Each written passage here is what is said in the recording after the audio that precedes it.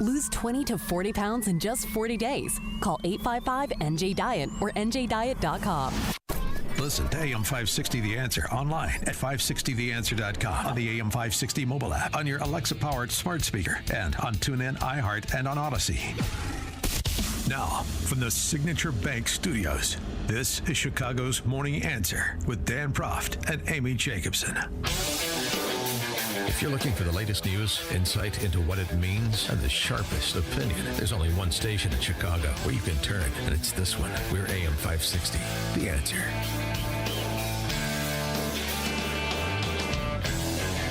Top of the morning, Dan and Amy.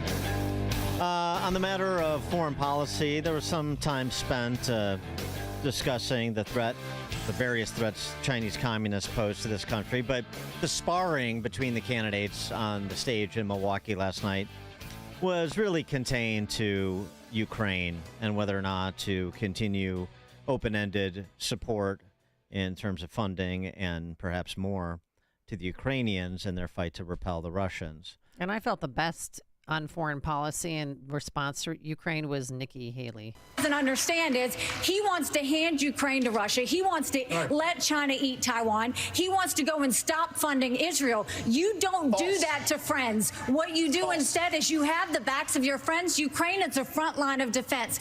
Putin has said once Russia takes Ukraine, Poland and the Baltics are next. That's a world war. We're trying to prevent war. Look at what Putin did today. He killed Prigozhin.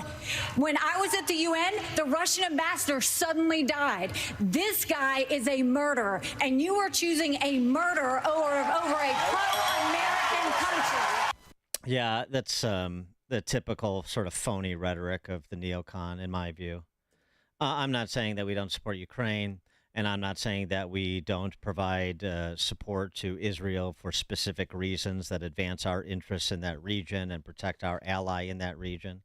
However, the idea that if you're not willing to sign a blank check with respect to supporting Ukraine, that you're choosing a murderer over a better option, a kleptocracy, is really, again, the sort of silliness of a group of people that, sans Trump and some of those around Trump, the Nikki Haley's of the world want to be a lot more freewheeling with our military might and our military men and women than does Vivek Ramaswamy and a lot of other people in the party.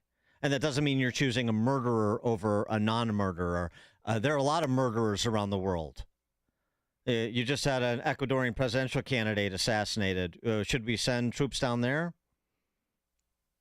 It's a complicated world with a lot of bad actors, a lot of despots, a lot of bad people in position to power that exploit, subjugate, kill other people. The standard is, how does this serve America's interests? And what are we willing to do in advance of America's interests? So the support that we give proportional to the interests at stake. I'm not refereeing the fight between Ramaswamy, and I'm also not going to Vivek. Now this, yeah, I don't know. I went to high school with a guy named Vivek, who went on to become a Benedictine monk. His name was Vivek. I guess. So let's call him Vivek. Ramaswamy said, I guess he corrected Haney last night saying it's Vivek, so it's fine. I'm just going to call him Ramaswamy, so I stay out of it. There you go. But I'm not a Jew. I'm not refereeing the fight between Haley and Ramaswamy or Haley and Pence. Or Ramaswamy and Pence. But I mean, let's not get hysterical here. Like I've got the moral high ground. I'm opposed to despots and murderers, and you're not. Pretty juvenile, actually. So I didn't think it was a good moment. The better moment in that exchange between those two was Ramaswamy telling Nikki Haley to, enjoy her future on the boards of Lockheed and Raytheon, because that's maybe the perspective she's coming from. And given that she was on the board of Boeing, that's not without foundation. Here was the same topic, Ramaswamy and Pence. Vice President Pence was mentioned. You get 30 seconds. Yeah, well, let me be clear. Anybody that thinks that we can't solve the problems here in the United States and be the leader of the free world has a pretty small view of the greatest nation on earth. That is incorrect. We can do both, Vivek. We've done both. We've been the leader of the free world and the arsenal of democracy for years. The Reagan Doctrine years ago made it clear. We said, if you're willing to fight the communists on your soil, we'll give you the means to fight them there so our troops don't have to fight them. Vivek, if we do the giveaway that you want to give to Putin to give him his land, it's not going to be too long before he rolls across a NATO border, and frankly, our men and women of our armed forces are going to have to go and fight him.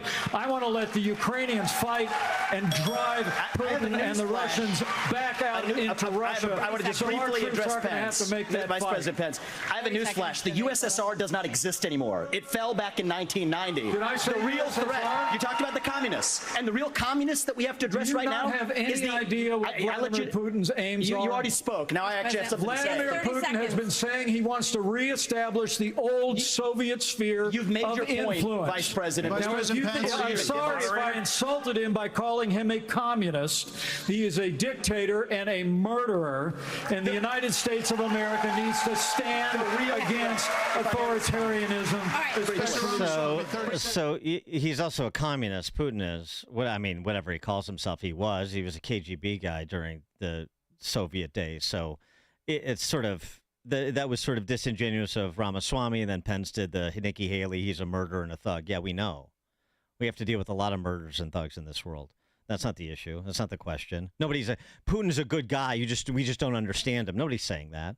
So it's a straw man argument. By the way, against the backdrop of this debate, here's what really upsets a lot of people. You find out that Lindsey Graham, Dick Blumenthal, and Elizabeth Warren are making a secret trip to Ukraine to meet with Zelensky. I'm Elizabeth Warren. It's nice to see you. Nice to see you. Very nice to see you. Do you know Lindsey Graham? Yes, we know each other very well. And we're back for the fourth time. The most time. Fourth trip. One more trip, we're in the eighth. Yeah, one more trip and we'll have peace with Lindsey Graham. Gives him a bro hug. Hi, I'm Elizabeth Warren. You can call me Krakajawea. I mean, these three, it's like this is what we're talking about. This is what people who are suspicious are talking about. These sorts of photo ops. The Lindsey Graham bro hug of Zelensky. What is this? By the way, interestingly, too, the Heritage Foundation, our friends Jim Carafano and Dakota Wood, Heritage Foundation, that Heritage Foundation is out with a new ad on Ukraine aid. Take a listen. Congress is considering a proposal to send even more of your hard-earned money to Ukraine. And here's the worst part. They're holding hostage disaster relief money for Americans until they get their way. That's just plain wrong. Your family's contribution already totals roughly $900 for Ukraine. Until Joe Biden offers a plan to end the war, Congress shouldn't approve another cent. The Heritage Foundation is responsible for the content of this advertisement. So is the Heritage Foundation defending a murderer, Nikki Haley, Mike Pence? And did you know that about Congress trying to tie Ukrainian aid to disaster relief for Maui residents? For more on this, KT McFarland joins us, former First Deputy NSA to President Trump, author of Revolution, Trump, Washington, and We the People. KT, thank you as always. Appreciate it. It's a pleasure. Thank you. What do you think about, let's start from the last piece first, that Heritage Foundation turn on Ukraine and the suggestion that we have to have a plan to continue supporting the war effort there? Yeah, you always want a plan. You always want to know what the plan is and make sure that what you're doing supports that plan. But I look at I've listened to what you've just said about the straw man arguments, and you're either a good guy or you're a bad guy, or you like dictators, or you hate dictators, or you want to bankrupt. Look, when I worked for Reagan, it was pretty clear that he understood a fundamental thing of life. If you have two really bad choices, go find a third, a better one. And so the better one is I looked at these guys squawking around about Ukraine. There's a much better option here. Don't have to. Here's how you defeat Putin, and you defeat him within a couple of months. Number one, stop the war on American energy. That means there's more oil and natural gas in the world. That drives the price of oil and natural gas down. Russia needs high oil and natural gas prices to pay for the war. That's how they funded this war, and that's how they can fight forever with high energy prices. So simple supply and demand. Once the price of oil goes down, natural gas goes down, Russia's broke, has to worry about feeding its people, doesn't have any extra money left over for an expensive war. What happens? Russia's forced to the negotiating table within a couple of months' time. And then what happens next is once the fighting stops, $1 trillion will rush into Ukraine to rebuild Ukraine. Within a couple of years, Ukraine is a fully integrated economy into Europe, into the West. What happens 5 years after the fighting stops for Russia? Well, still low oil prices, right, because of American energy in the mix. Russia's bankrupt, continues to be bankrupt, a pariah nation. Nobody's going to rush in to rebuild Russia. So 5 years after the fighting stops, Ukraine is free and part of the Western world and prosperous, and Russia is a beggar nation. I don't think either country can win the war the way it is now. It's a stalemated war, no matter how much money we throw at it, because as long as oil prices are high, Russia can keep fighting a stalemated war. But Ukraine can win the peace, and that's the way to do it. That's how Reagan defeated the Soviet Union the first time around. You bankrupt them. Oh, why weren't you on the debate stage last night? Yeah, you would have been perfect. Yeah. So who do Don't you think? Ask me. Yeah. All right. So KT McFarland, who had the best foreign policy chops up there last night? I don't think any of them were great because none of them had a good answer on Ukraine. Mm-hmm. And the real subject to me is China, and nobody really got into the China stuff. And the governor of North Dakota tried. Well, there's seemingly less diversity of opinion on China too. I mean, it's sort of everybody repeats the same thing about the threat and stealing our intellectual property. And But how? Right. But, right. This was their opportunity to do, because Donald Trump wasn't there. The issue wasn't going to be Donald Trump and January 6th, although it was a little bit. But so how? Everybody agrees you got to do something about China. China wants to eat our lunch. So how do you do it? Well, I didn't see anybody tick off sort of 5 main points. Number one, rebuild the American military and focus on Asia. Number two, how about research and development? We should double the research and development budget in the United States. Number three, we should look at the technologies of the future, as China has done, artificial intelligence, robotics, bioengineering, et cetera, and we should make sure we're leading on them. We used to lead on those. We're not anymore. Number four, get the alliance structure that the Biden administration has toyed around with, Trump before that, and really solidify it. Not only having a security alliance with Japan, Korea, the United States, Philippines, Australia, New Zealand, maybe India, but have an economic alliance with them. So those are really concrete steps that I didn't hear anybody talking about. And the China-Russia military complex that's being described, I mean, is that really a partnership? It seems to me that Communist China is the hegemon in their mind. They're the hegemon, and they have allies of convenience that come and go. And Russia's an ally of convenience. Since World War II, the fear we've always had is a Sino-Soviet, a China-Russia alliance. And that was in the post-World War II period.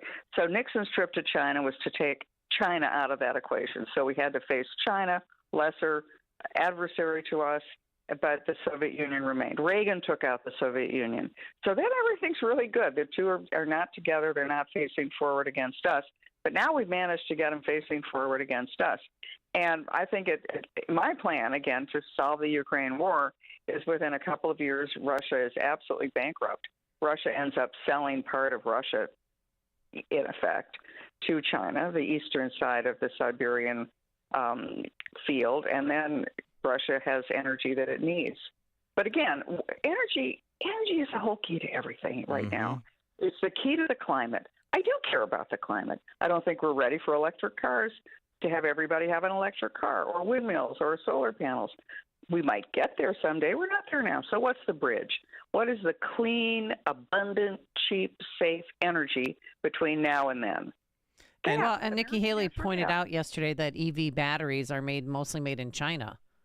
That's right. And all the stuff that Biden has touted about the Green New Deal, I don't know what he's called, Inflation Reduction Act, they all ought to be renamed. It's the China Prosperity Act.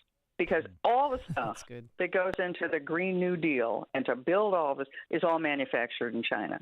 You know, we have the ability to power the world, and it would be a great boon to our own economy. It would be a great boon to the environment because it would, in fact, clean up the atmosphere because people aren't going to use coal or even oil. They'll use clean natural gas. and it is absolutely the way to bankrupt the adversaries. I don't understand why this is so complicated. Well, clean American natural gas. We got it. We could do it within a couple of months. We had it in the Trump administration. You could do it again. You bankrupt the adversaries. You fix the American economy and inflation, and you clean up the atmosphere. So this is not something that this administration is going to do. The prospect of a Republican president and Republican control of Congress, that's possibly something that could happen in 2025 and beyond. But does that put China, the Chinese Communist Party, on a clock between now and January of 2025 to move on Taiwan if they're going to move? Yes, that, but also what puts them on the clock is their own economy. China has a whole lot of issues in its economy that if you look below the surface, they've got real problems. They have a demographic time bomb because of the one-child policy in the 1970s and 80s. They have a very vastly sort of scrunching up population, which means one worker 10 years from now, one male worker, because they have more men than women, one male worker is going to be supporting 6 retired adults. That's a demographic time bomb. They also have economic time bombs because Xi Jinping has chosen control over the economy versus an economy that's thriving. So their economy is starting to spend. They have massive debt. And so their economy isn't doing too well either. So if your whole goal is to stay in power, which is what the Chinese Communist Party wants to do, your whole goal is going to be, gee, the economy's bad. We've made this deal with our own people to say, look, we'll give you all the power. Give us all the power. We'll take all the power in our own hands, and we'll give you prosperity and a rising standard of living.